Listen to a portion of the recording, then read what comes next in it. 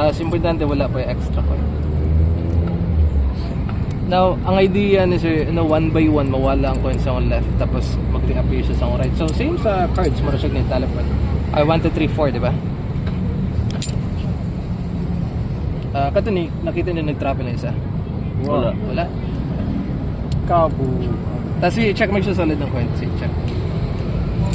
Okay, 1, 2, 3 coins. Tapos karon ato siya buhaton si mga kamag. I-open mo right. Switch yan ay flat. Okay, switch tab coins mo tulo. Yan na. Steady lang. Okay, sir, yung left ibutang sa top cover. Tapos butay space sa solid ako space. This time madunggan yung coin nga mo travel. Okay, 3 coins, 1 coin, diba? Tapos sige, i-shake ang coins. Try natin pabalinan na isa. Tulog ka, hindi ka na tala. Okay, now, na ko yung 2 points. Yan, bilang. 1. Yan, di-build juga yan. Okay, last. Kinsa ka sumatry? Last.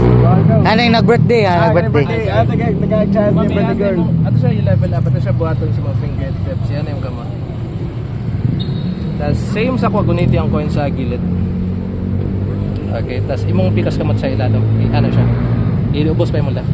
Okay, pag 1, 2, 3 drop, i-drop lang ang coins ma'am. Tapos pag masalo na may close mo left, okay? Duha, diba? Dungan. 1, 2, 3 drop. Okay, isa i-open. Isa na lang, diba? That means nananahong 1, 2, last 3. Yan na ka sa devil.